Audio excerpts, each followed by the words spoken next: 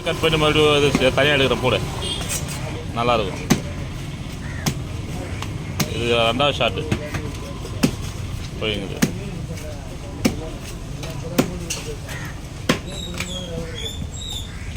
பதினாம இருக்கா? நான் first 2 cell கையில் எடுக்கிறேனே. இது வரையும் நான் எடுத்ததில்லை. காத்துக்க இருந்தாலும் அண்ணன் எடுக்கிறதில்லடாடா. எனக்கு எப்படி எடுக்கிறதோ அப்படி தான் உனக்கு எடுப்பேன்.